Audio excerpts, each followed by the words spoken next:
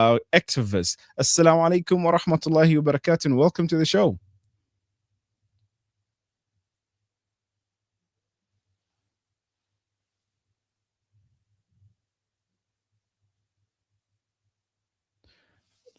All right, just one sec, Sister Zumretay. I'm just trying to get the sound. Oh, Right. can you hear me? Yes, perfect. Jazakumullah khaira. Welcome to Salam Media, and we are really enlightened to speak to someone on the far side of the world, as this is more than 10,000 kilometers away from us. But Alhamdulillah. Now, looking at the dynamics of the Muslim community or Muslim around the world. As we are about to gather for in here in South Africa, it will be soon, it will be iftar. The atmosphere is usually one of community and peace. But for the Uyghur community, Ramadan has become a time of heightened anxiety. Can you please describe for us what Ramadan looks like inside East Turkmenistan today? Inside East Turkestan. Thank you so much for giving me this platform. Indeed, every Ramadan, I think Uyghurs enter Ramadan with a huge anxiety and fear because every year the restrictions are heightened. So we just learned last week that 6 Uyghurs from the Hotan region were arrested over observing Ramadan and fasting during that time. So the way that they were arrested were because authorities are monitoring if people are turning on their lights in the mornings to for suhoor, and so because of that, 6 individuals were detained and arrested. 5 of them were let go because of their old age, because some of them were over 70 and 80 years old. But one individual in his 30s was arrested, and he's now facing trials. So this is incredibly disheartening because, as you know, Muslims around the world are using this opportunity to fast, to pray, to really be connected to their spiritual side, and also to practice Islam. Uyghurs in East Turkestan are living through fear, and even in the privacy of their homes, they are not allowed to fast, let alone in public spaces like in workplaces or in schools, where, of course, authorities, including the police, are forcing Uyghurs to eat, to drink, so that they don't observe Ramadan. So this is currently what we are hearing. And the other thing that we're also observing from social media posts is that Uyghurs now, they're rounding up Uyghur workers to coerce them into labor, so that they are basically, it's a way to prevent them from fasting as well. Subhanallah. And this basically is obviously impeding against the human rights of a person altogether. And what's quite fascinating here is that last week we had a case in Kano in Nigeria where the police were arresting people for not fasting. Then you have in East Turkestan, whereby people are being arrested and detained for fasting, subhanallah. Now, is it true that people are actually also being forced to eat or to provide some sense of a video proof that they are not fasting? Yes, this is true.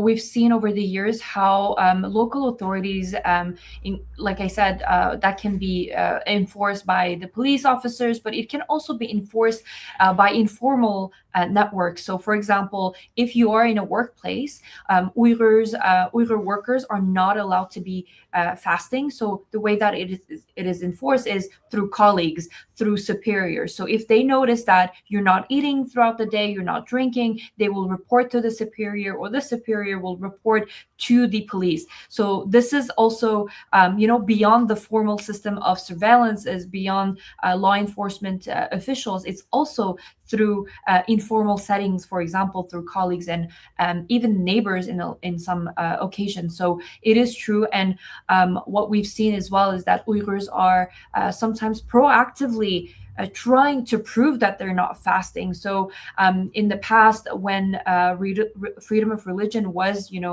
existing to some extent, Uyghur restaurant owners, Uyghur shops would close for at least half a day, and then open up towards the afternoon. And nowadays, all of these restaurants are forced to be open throughout the day, and then of course people are even running the restaurant are obliged to eat or drink. And in some instances, we've also seen or heard stories of how Uyghur Muslims are forced to eat pork, although we're not able to verify if they did indeed eat it or if they were able to refuse it. But there were policies and that were implemented by the local authorities to force also pork and also alcohol on some occasions. Yeah, I mean, and this is very devastating, especially to understand that this are blatant attacks on Islam altogether. And most of the times we hear the term Sinicization, which is frequently used by the CCP. For those of our listeners who may not know, what does this actually mean for a mosque or a copy of the Quran in the region? Sinicization policies have started in 2016, and it's not just sinicization of Islam, it's really a sinicization of all of the other religion that exists in China. So if you look at Tibet, sinicization of Buddhism, of also Christianism. But in terms of Uyghurs, so the sinicization policies that were brought up in our homeland basically is replacing the minarets of mosques by CCP flags. So the Chinese Communist Party flag, removing those minarets, removing all of the Islamic chants or Islamic slogans and replacing it with slogans that are, pledging allegiance to the Chinese Communist Party. And it's also versions of Quran that are basically in line with the official Chinese Communist ideology. And so it's really a disruption of our faith, a disruption of Islam, and a total change of, some of those values that are enshrined in the Quran, and the way that people can also access this. And then it's also, sinicization, it goes beyond those physical spaces. It also goes through ideology as well. So how the Chinese Communist Party is pushing for the Chinese communist ideology to be prevalent in all spaces, whether it's in your private space, so inside the homes of Uyghurs. There are attempts to completely change the way of life of Uyghurs. So, for example, change the Islamic decors inside your homes. You're not allowed to really decorate your home with Islamic decor. You're not allowed to own the Quran, or if you do own the Quran, it has to be the Sinicized approved version. And even inside mosques, the imams have to be preaching Sinicized versions of what they're saying. Basically their messages has to be in line with the CCP ideology. So it's really all aspects of life, in schools, in workplaces, in public, in private, everywhere. Subhanallah. And I mean, this also, for those who did history and going back into understanding how Marxism started in terms of the father of communism, they would understand that this is completely on the other extreme, which was from the original concept of communism. And to that point, also, it does seem or feel like now the type of communism which is being pushed by the CCP would be that of now not just an ideology, but would be more than a creed that people have to follow. Meaning, if you don't follow anything besides that, then you become sort of a state enemy. And on that point, also looking at the recent reports, which mentions that the total criminalization of religious practices has become normalized over the last 8 years or so. How has the nature of the persecution then evolved recently? It's a great question, because at the moment we're seeing sort of this normalization narrative pushed by the government in a very aggressive way. So it's been almost a decade since the internment camps have started in the East Turkestan, where millions of Uyghurs and Turkic people have been interned based on their religious and ethnic identity. However, in the last year, and at least in the last 2 years, I would say there's been this aggressive attempt by the Chinese government to make it seem to the international community that things have gone back to normal. So they're doing this by, for example, inviting diplomatic, missions, governments, even the OIC has gone recently to Urumqi, where they've actually applauded the Chinese government's counterterrorism policies and how it was implemented on the ground. They're also inviting foreign journalists to, see the kind of curated image that they've worked on. So this propaganda of Uyghur Muslims who are dancing, singing, to make it look like,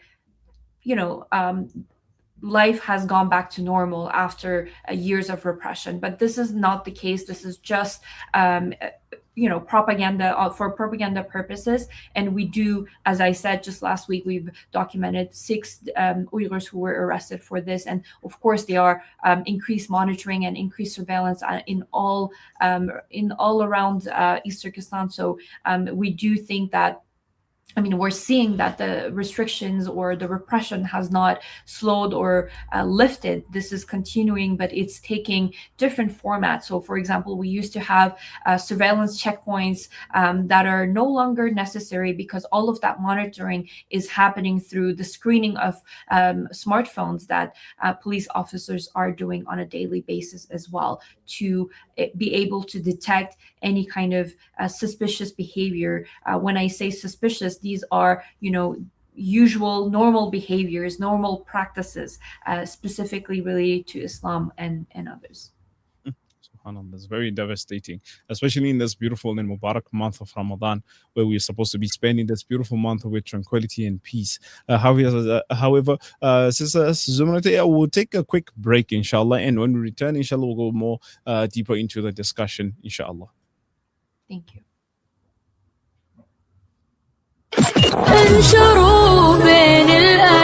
Salam Media, your spiritual companion this Ramadan. The kitchen, the heart of the home, where memories are made and celebrated. Our go-to place for those freshly stacked pancakes early in the morning or for that late-night snack munchies. We are in there together, cooking, eating, and celebrating life together. Let's keep the kitchen a place that is shared by everyone, where we build stronger bonds and grow together. Sunfoil, Now We Cooking. Visit nowwecooking.co.za for recipes that everyone can help make. Right now, over 150 million children around the world are orphaned, facing hunger, hardship, and uncertainty. With Islamic Relief's Orphan Sponsorship Program, you can provide a child with access to education, nutritious food, essential healthcare, and a safe home. Your sponsorship is not just support, it's hope, security, and a brighter future.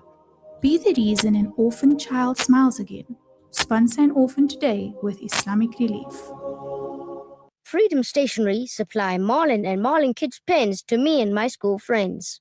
They supply just about everything we need to help us get a better education, from books to files to rulers. In fact, any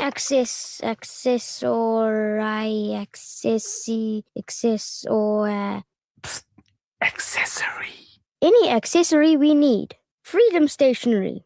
Education for the nation. What does accessory mean?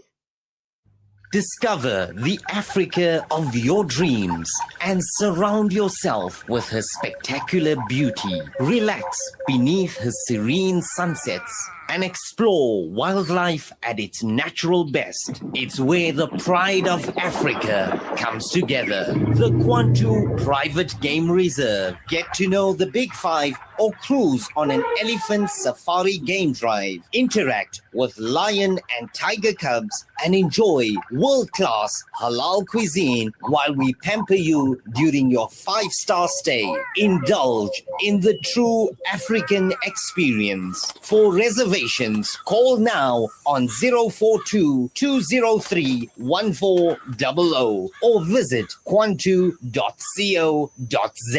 The Kwantu Private Game Reserve, the place of gathering. This Ramadan, as we prepare to break our fast, spare a thought for the millions of families around the world who have nothing on their tables. You can change that. For many, you are their hope. For just 1,590 Rand, you can provide a Ramadan food parcel to feed a family of 5 for the entire month. Help Muslim Hands continue serving humanity. Give your zakat and sadaqah at muslimhands.org.za.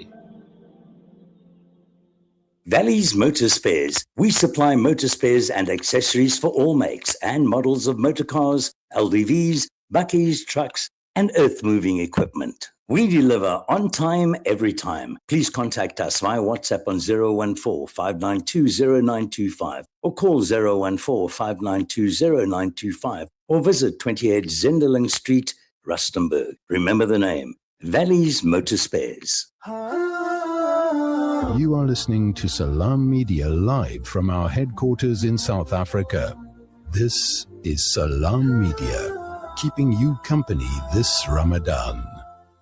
Bismillah, alhamdulillah, salatu wassalamu ala rasulillah. Welcome back. It is a beautiful Thursday afternoon, 50 minutes past 4, and we're still in discussion with Sister Zumretay regarding the Uyghur Ramadan situation, especially from all the news that we've been watching. And right now we're looking at the family repression that's taken place. Now, Sister Zumretay, looking at the impact on children now, that there is a heartbreaking reality of Uyghur children being placed in state-run boarding schools.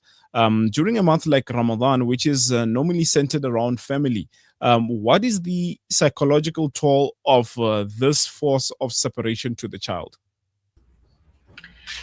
Yes, unfortunately, at least 1 million of Uyghur children have been separated or are being separated from their family members, and they're taken to these state-run boarding schools where they're stripped from their Uyghur identity, both ethnic and religious identity. They're not allowed to speak, Uyghur language in those schools. They're not able to practice Islam, and this is really, if you look at this policy in a broader perspective, it's really this attempt to break generations, from each other. It's this breakage of intergenerational transmission of cultural, traditional, religious knowledge as well. So this young generation of Uyghur children are disconnected from their roots, from their Islamic roots as well.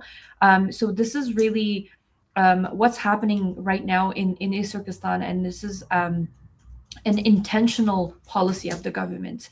And the other thing is that Uyghur children are increasingly being used as tools of surveillance as well. So the way that it happens is that Uyghur children will often be interrogated or asked questions by their teachers in schools, where they will casually ask questions like, "Oh, do you pray? Do your parents pray at home? Do they oblige you to pray? Do they, force you to speak your language?" And then, of course, children being children, they will sometimes reply and tell the truth. And then upon that, the parents or that family member, that family specifically, will be targeted because they have, practiced Islam or they spoke Uyghur language at home. So Uyghur children are also being used against their will to kind of enforce these policies that are not only discriminatory, but that are also illegal under both domestic Chinese law, but also international law. Subhanallah. And I mean, we can only imagine what is going through the children's minds, especially those who are separated from their families and put into these state-owned boarding schools. Being taken away from your family, you actually lose that sense of a circle of protection and safety, and having now to be brainwashed and being stripped of your own identity. And that's mentally also that can serve to be a disturbance to the growth of the community. Now, looking also at the silence of the Ummah at large, we understand that, the Muslim Ummah is supposed to be one, and Salam Media manages to reach a large Muslim audience in South Africa and beyond as well. Many feel there is painful silence from the Muslim majority regarding the Uyghur genocide. What is your message to the leaders of the Muslim world this Ramadan? This Ramadan, I would really urge Muslim leaders to break their silence. They've been complicit. Not only they have stayed silent, but they have been complicit in the perpetration of the Uyghur genocide, in the continuation of it as well, by visiting, the region and applauding the Chinese government for implementing these successful so-called counterterrorism frameworks and policies. What is happening on the ground is genocide, and Uyghurs are forced into this Han Chinese identity that is so far away from the identity that Uyghur Muslims have grown, into. And so really to break their silence, to stand with their brothers and sisters who are also Muslims. We're not less Muslims because we live under the occupation of the Chinese government. We are actually, so resilient that even in the current situation, in the current crackdown, people are still finding ways to fast to keep their religious identity alive. So I would urge Muslim leaders to take inspiration from that courage and break their silence, because it has been too long for them to tolerate this kind of genocide, and to also break that how they're supporting other Muslim brothers and sisters around the world. They should do the same, because this is hypocritical for them to then stand together with Palestinians and Rohingyas who are also Muslims, but then be silent because it is China and they're scared of China. I think this Ramadan period should inspire more hope, more courage from all of us, and especially for Muslim leaders. No, most definitely. And we do really hope that these words and this message does become clear. Now, in terms of looking at the transnational repression that's taking place, as an activist yourself, based in a diaspora, you aren't just fighting for those back home, but also we might be facing a transnational repression. Now, can you explain how the CCP then attempts to silence voices like yourself and others who are speaking out and speaking up for the Uyghur community outside of China? The Chinese government employs different methods to carry out transnational repression. It's a phenomenon that is increasingly known now in the last year by world leaders and governments. However, it's a practice, it's a phenomenon that Uyghurs have lived throughout the last decade and even more. In the past, Uyghur activists would be the main target, but nowadays this transnational repression has expanded to also ordinary citizens who are not even involved in political activism. So they will often use family members as a hostage to incite fear. So they will, for example, have police officers call some Uyghurs in diaspora and ask them not to be involved in political activism, not to criticize China, otherwise their family members will pay the price. So this is very common. The other way to do it is also by intimidating and harassing activists and others, including myself. I've received so many of these attempts to intimidate me, whether through social media, online, so deep fakes, slander campaigns, even death threats that I've received in the past for my activism. But also my family members back in East Turkestan are being constantly monitored and surveilled for the advocacy that I'm doing here outside of China, even though I have not spoken to my family members since 2017. I have, lost contact with them, but that doesn't prevent the government from trying to intimidate them. They also use different international organizations and mechanisms to carry out that practice. So, for example, they will often issue Interpol red notices that are used to label activists as terrorists, which actually further, puts constraints on their advocacy as well, because they're often detained at borders. They're also living all kinds of difficult situations and challenges in the countries that they're living. They will also use various tactics, such as using informants within different communities, so Uyghur communities, to gather information and report back to the Chinese government. So these are all tactics that are used in attempt to silence us activists, for us to to cease speaking about the ongoing genocide, to not criticize China. This is their ultimate aim. But my message is very clear. This is not going to work because we will not be silenced. We have a duty, a moral and legal duty to speak up, and this is something that we will keep doing. 100%. And I think for those of us in South Africa would actually relate, because South Africa also, as you know, had come out of a very repressive regime in 1994. And these same tactics that you mentioned happened to those who were exiled from South Africa, those who came back then fought for the freedom. So for us who are in South Africa can really connect and relate to the struggle. And inshallah, hopefully that we do stand together in solidarity with our brothers and sisters in East Turkestan in these difficult times. We make dua that Allah subhanahu wa ta'ala does alleviate all the pain and the struggles in this beautiful month of Ramadan. And jazakumullah khair to yourself and the community at large for the work that you're doing and the activism that you are keeping up with. May Allah subhanahu wa ta'ala grant you strength so that this can be a site of victory, inshallah. Inshallah. Thank you so much. Assalamu alaikum wa rahmatullah. Alaikum salam. Alhamdulillah, that was our sister Zumretay, who's the vice president of the World Uyghur community, and speaking about many concepts, and especially in this beautiful month of Ramadan, where we see that people are going through such difficult catastrophes, but at the same time keeping hope that inshallah Allah subhanahu wa ta'ala will open up for them, inshallah ta'ala. So it is exactly 5 o'clock, so we're taking a quick break, inshallah ta'ala, and we come back. We're going to Ivory Park, looking at the Dawa situation that side, inshallah, with Sheikh Idris, inshallah. Ameen.